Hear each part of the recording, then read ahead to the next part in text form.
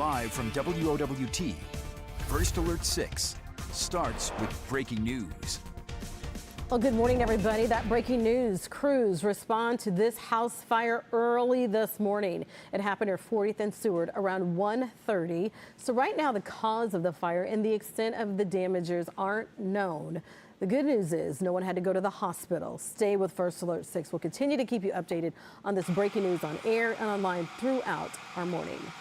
Well, good morning, everybody. Thank you so much for joining us on this Wednesday morning here on First Alert 6 streaming. What? Thursday. It's Thursday. It's Friday Eve. I am not pushing us back. It's okay. It's good to be. Yes. You don't want to look too far ahead. Yeah. No. Thursday, Friday Eve, almost there. I'm Cerise, by the way. I'm Aaron Hartley, joined by senior chief meteorologist Rusty Laura, talking about more. Maybe you got confused because we've just seen a lot of the same as far as the forecast. The mist and the drizzle. More of that this morning. Yeah, I know. All the days look alike. They feel alike. Yeah. Like the movie Groundhog. I know. But we are going to see the sun today. It has a lot better chance of breaking out. Got a few peaks yesterday. It didn't stick around long, but today there's a lot better bet it'll clear from west to east. You can see the weather headlines with gray skies. You can't see very far out there this morning, but cloudy, foggy morning translates into a mild afternoon. We're still talking early storms and late storms on Friday. When we say early on Friday, it could even be a little after midnight tonight heading into Friday morning. That's going to give way to a quiet weekend, so a lot of sunshine on the way. Now, on the radar right now, just some light returns, a little bit of moisture, a little drizzle at times trying to show up. Probably not a big deal. Some of that could even be birds migrating as well, so sometimes those get picked up on the radar in certain mornings. Satellite picture, wider view shows a lot of clouds. Right back here is the edge of the clouds, and that will give way. As the sun gets a little higher, the sun angle helps us out. You'll notice it here with 40s and clouds this morning. By 9, we're already talking around lunch and beyond into the 50s. So we get 50s. That's better than anything we've had so far this week. Near 60 by 3, there's the sun breaking out. Notice it's not perfect sun for everybody, but hey, at this point, you got to take what you can get. 60 to 61 degrees for the high temperature, and then the clouds start to fill back in this evening and during the overnight hours. 10 o'clock, still pretty quiet, but look at the first little hints of storms in our southern counties by 11, 12 o'clock. That batch trying to lift northeast. There could be more development, though, with a cluster trying to get going towards the morning commute tomorrow. So watching that 6 to 7 o'clock time frame, that could have a little hail with it as well. So the latest severe weather risk area, looks like that was just updated a little bit ago as well. They shaved off a little bit on the west edge. Doesn't really impact us a ton, but a 1 out of 5 tonight into the early morning hours of Friday. So this is a 24-hour time frame, 6 a.m. today through 6 a.m. tomorrow morning, because the storms that get going tonight tend to linger sometimes into the early morning hours of the following day. So 1 out of 5 where the greatest risk is likely for hail. And that would be some of the storms giving us some hail up near 1 inch in diameter, size of quarters. So that's the low end of severe threshold. You look where the wind risk is the greatest, it's probably south of I-80 with that initial grouping of storms that I showed you tonight, about 11, 12 o'clock, and they'll move northeast. That's where the wind risk is the greatest. Then it looks like we'll be able to warm up to 68 degrees on Friday and go to 55 on Saturday. So a lot changing just in a very short window over the next 24 hours. But I want to stress, today's quiet. Even though you see storm chances, they're very late. Most of us probably won't even notice anything until after midnight. I want to talk a little bit more about tomorrow because there's so much going on. The timing, I think, is when people are getting off work. There's girls' state basketball. It's the second round of storms that are part of this first alert day. So we'll dive into Friday a little bit more here. So we have the morning round. Most of that should be done by 9 o'clock. And then we'll watch the late round. You can see this is the severe weather risk map for that. A 2 out of 5 for a good chunk of the area, 3 out of 5 in our southeastern county. So basically the front's going to try to fire some storms right along basically where the green and the yellow are, or close to it, and then it'll march southeast as storms try to run along the front. The 4 to 8 p.m. window right now looks to be the best window for that, with hail and wind potential, also a tornado risk for any storm that's along or out ahead of the front. A 3 out of 5 on the scale down to the southeast. Again, better energy for tornadoes in that direction, but we're kind of on the north edge of where they could fire. So we'll keep the tornado risk low. Not impossible, though. We'll watch Omaha to the south and Omaha to the east after 4 o'clock. Either round in the morning or the evening could have wind and hail with it, so that's why those threats are a little bit greater. I'd say overall probably hail the biggest issue from any of the strongest storms, quarters, maybe up to golf ball size hail. So that's what we'll be tracking on Friday with these moving through. Early and late, 68 for the high temperature in between, 55 Saturday, 71 Sunday, 75 on Monday, and then we'll cool off a little bit, but nothing crazy. Average highs upper 40s this time of year. Aside from Wednesday, I mean, everything's looking pretty good in that 10-day forecast. That gets us into the middle of March without any snow chances showing up there. Little hints of it by Wednesday of next week, but even those kind of went away. So that's a great way to start Monday, too. 75. Yeah. That Saturday, Sunday, Monday time frame looks really, really good. That's awesome. Okay, let's get an update on traffic. Hoping Nets just going as good. I tell you what, things looking okay. Interstate 80, haven't had any major issues on any of the major roads. Some side streets have showed a little bit of slowing. Let me show you what this looks like here. This is I-80. I believe this is near 60th Street. You're going to remember that. Oops, 72nd. That's the camera I chose.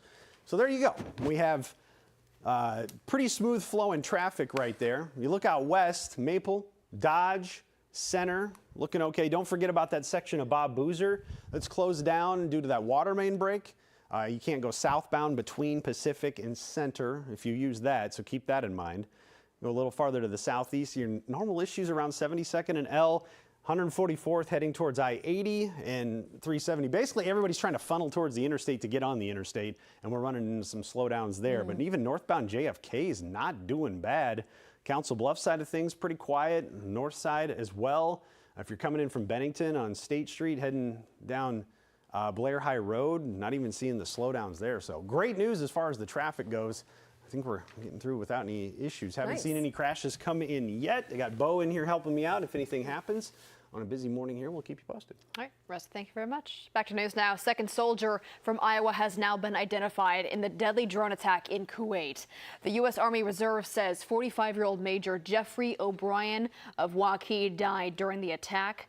Waukee is a suburb of Des Moines. Now, during his time serving, Major O'Brien earned several military honors, including the Army Achievement Medal, Army Superior Unit Award, and much more.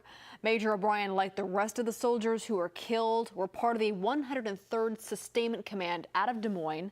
Sergeant Declan Cody of West Des Moines also lost his life. Well, Governor Reynolds releasing a statement following the new development. She says she is just heartbroken over Sergeant Cody and Major O'Brien's deaths. Reynolds describes them as two brave Iowa soldiers who gave the ultimate sacrifice to secure freedom and peace. Yeah, I don't know. I can't put into words how great of a person this Sergeant T.J. Noah was. Meantime, we are hearing more emotional tributes for the fallen U.S. service members in Kuwait. Those words from the platoon sergeant of 42-year-old Sergeant First Class Noah Tegens of Bellevue, who died over the weekend in the drone attack. According to the owners of Martial Arts International in Bellevue, today would have been his birthday. But outside of being a soldier, Sergeant Tegens was a martial arts instructor. Now, the owners, Faith and Julius, tell us they were just in touch with him, sending text messages. And when they heard the news of his death, they hoped this was a mistake. I'm hoping this is like one of those movies that, hey, sorry, he was supposed to be at that post, but something happened and he went somewhere else. And it's all a big mistake. Sorry. Oh my gosh. Yeah. Well, there are many reasons they want to honor Sergeant Tegens at the Martial Arts Academy. Right now, the most important reason is to help out his family. Martial Arts International says there is a GoFundMe for them set up. All proceeds will go to the Tegens family. We have that linked on this story up on our website, firstalert6.com.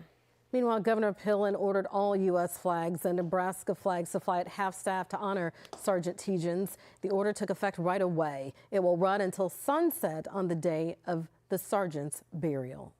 Cerise, thank you. Over here now at the safety desk with Maria Cade.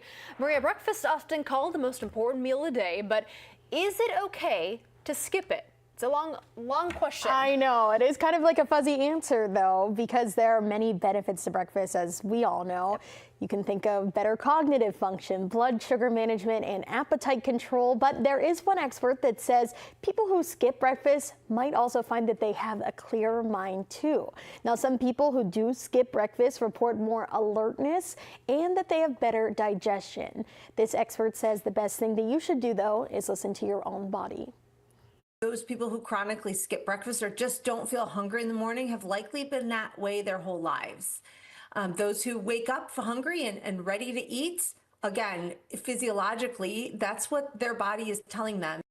So no matter which group you belong to, experts say your first food of the day should be made up of mostly protein and fiber. So you think of those Greek yogurts with berries, get those nuts in it as well, avocado toast and an egg to get that protein in it. Overnight oats are also really, really helpful and popular too. Maria, making me hungry. I got It's almost 45 time. minutes to go. All right, thank you. We're back after this.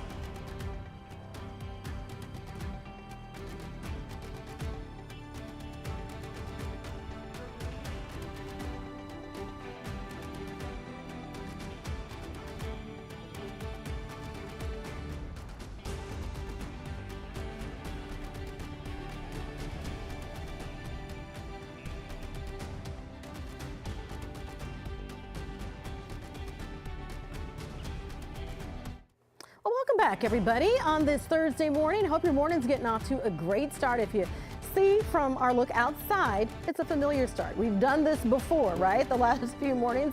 Well, we've got some good news for you. Not only are we going to see some sunshine later today, not right away, we're going to warm things up a little bit too. Yeah, should get up near 60 degrees. Been a little while since we've said that. And right. We got some good numbers today with some afternoon clearing. Again, the high temperature will entirely hinge on just how much afternoon sunshine we get. If it clears out a little earlier, these numbers could go a little higher. And you can see hints of that on the Nebraska side here, with the forecast highs being just a tad warmer than everywhere else. First alert radar shows there's little hints of some moisture trying to show up with the mist and the fog that's out there. But overall, it's just a blanket of gray yet again today. And from this point, we will try to warm, and I think we can get up near 60 degrees by 3, 4 o'clock, and then fall back to near 50 and kind of hang there through the late afternoon or through the evening and overnight. Now, let's talk about the severe weather risk areas tonight into tomorrow morning. I touched on this a little earlier. Let's expand upon it, though. Mainly a hail risk from midnight onward into early Friday morning from any storms that can get going. So that's the hail risk. You can break it down by individual categories here. That's the hail risk. The wind risk would probably be south of I-80 from any storms that get going. Again, midnight, around midnight and onward. So that's what we'll be tracking in that regard. Now, let's go through it hour by hour and kind of show you what this looks like. I'll first alert you to all the changes. This is the batch here that could have some wind with it as it marches to the northeast and out. And then we'll see, just for random development, anywhere in here 3, 4, 5 o'clock in the morning, even up towards 6 or 7, that little pocket there could have some hail in it as it moves northeast. So that's the first round in the morning moving out. Here comes the front, still pretty quiet by noon. We get some clearing, but not a ton. And we're just going to run as much warmth as we can right up against this front. And by 4 o'clock, we start to see some storms fire along it, maybe move to the northeast a little bit along the front. Anything along and out ahead of the front has the chance to rotate a little bit and produce some wind. Near and behind the front would probably be more of a hail and wind threat from anything that can hang on. It's going to be a little colder behind the front, so maybe a little more hail reaches the ground. There's a little bowing right there that could be some wind racing out from the front. Notice by 11 o'clock, pretty quiet. So this is going to be out of here pretty quickly. We're not going to be sitting and waiting for storms to move out for very long. 55 degrees then on Saturday, looking good there. But here's the risk area for Friday. And essentially, where's the front at when it starts to fire storms? It's about where it's going to be as we get towards 4 o'clock. We get a little later in the evening, it'll be down here. And along the way, it'll be trying to bubble up storms the entire time. So that's what we'll be tracking later on Friday evening, with the tornado threat being the lowest of the three, but anytime after 4, I think Omaha to the east and Omaha to the south, we have that potential. A few wind gusts or some hailstones from either round. Again, tornadoes are just evening potential. Wind and hail could be in any of the storms in the morning, and then again in the evening. So there's your 10-day forecast. That's by far the day with the most going on Friday. 55 Saturday, 71 Sunday, 75 degrees on Monday. Still looks really, really good through this upcoming weekend. A lot to look forward to. All right. Does that continue into next week? Is it going to be?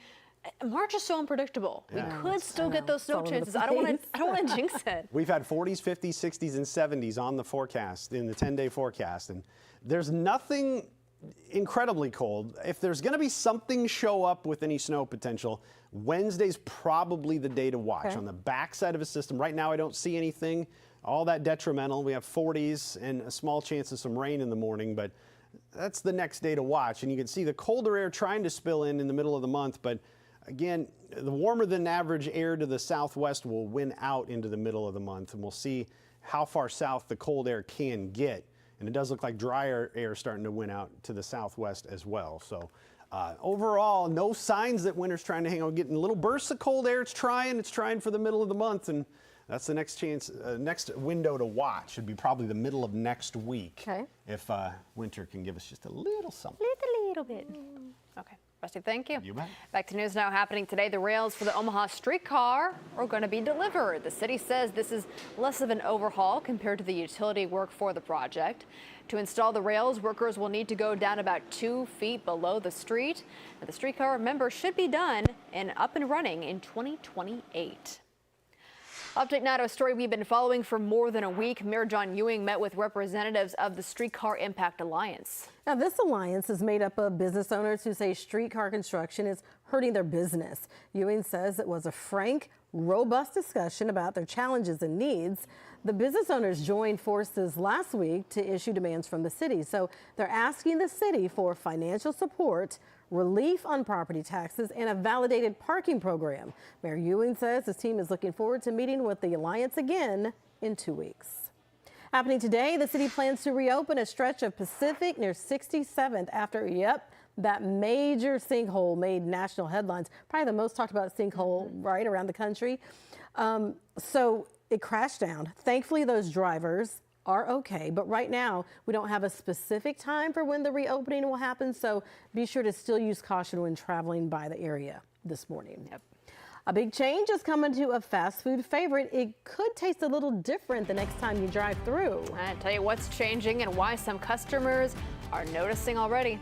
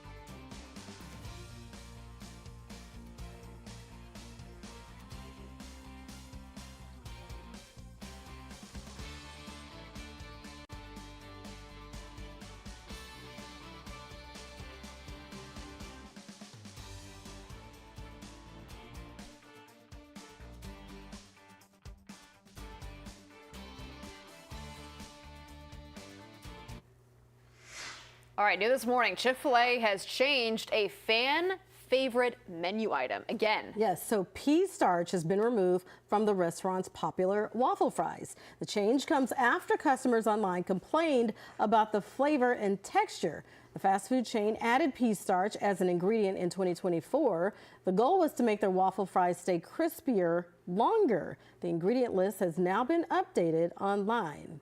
All right, you want to talk about? Well, okay, so my husband is a foodie, and the other day he was like, they have changed their fries again. He's like, I don't like it. I said, no, he's just like, something's different, something's off. Because he could just get the fries and go to town. So he liked it the way it was. For the I don't know, short this time was they a few added weeks that. ago. And He noticed a change okay. in the fries. So are they saying they removed it because people complained? Yeah, so that's odd. Okay, interesting. I don't know what's going on. So he isn't a consumer enough to also notice the difference. He noticed the difference. There. Yep. Meanwhile, we all want Chick-fil-A breakfast. A little bit. We've been talking about it since we saw this story. The chicken and biscuit. Yeah, that does sound really They good. have like the egg scrambles too. Oh yeah, that would be Those are really healthier. good. That would be a Yeah, healthier yeah. version. Look at Maria, always giving us the healthier version. Bless your heart. All right, everybody.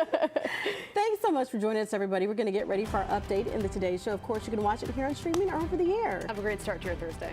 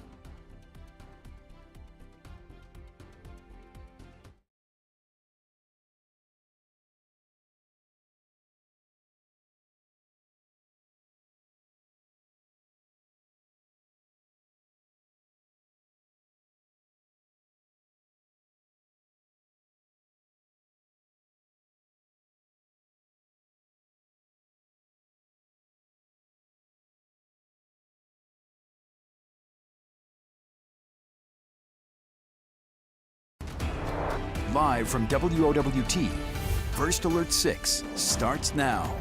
Well, good Thursday morning, everybody. It is 7:26. I'm Cerise Cole. And I'm Erin Hartley. Some breaking traffic news to get to. Rusty here to update us about a new crash. Yeah, this one's west of Fremont, actually west of North Bend along Highway 30. It's closed between County Road 3 and 5 here, likely at this intersection for what is reported as a car semi-crash. So that is, if you're going on Highway 30, it looks like east or westbound, you're not going to be able to get through between North Bend and I believe you go a little farther west, that's Rogers over there. So keep that in mind west of Fremont.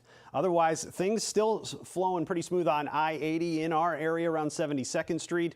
Bigger picture shows no huge issues. You got the slowdowns from Gretna into I-80 on Highway 370 there, but in and around the metro, no big problems right now. Let's go ahead and look at the forecast. And yeah, we're starting off gray again. Temperatures in the 40s, but we'll clear out and get some sunshine, go to 61 by 4 o'clock in the afternoon. And yeah, that happens with the afternoon clearing, a pretty good stretch of weather by the afternoon. Then we watch for storm potential, mostly after midnight into the morning hours tomorrow, where we could have some scattered thunderstorms moving through and the potential for one or two of those to have a little bit of severe capability. Maybe some hail or some wind with those from midnight onward into the morning hours on Friday. I don't expect widespread severe weather or even widespread thunderstorms. Just a little energy to work with at the start of this event. But otherwise, clouds are going to move out today and we get a chance to warm up. But there's that First Alert 6 weather day for Friday for that early round of storms that I mentioned. Windy with some clearing in the afternoon. We go to 68. And then 4 to 8 p.m. is the window for the next round as a front moves in and tries to fire more strong to severe storms. Aaron? Breaking news, we're following this early morning. Crews responding to a house fire happened near 40th and Seward around 1:30. The cause of this fire and the extent of the damage is not yet clear. The good news is nobody was taken to the hospital. Well, it is now 7:28. We're back with another update for you in about 25 minutes. We'll see you then.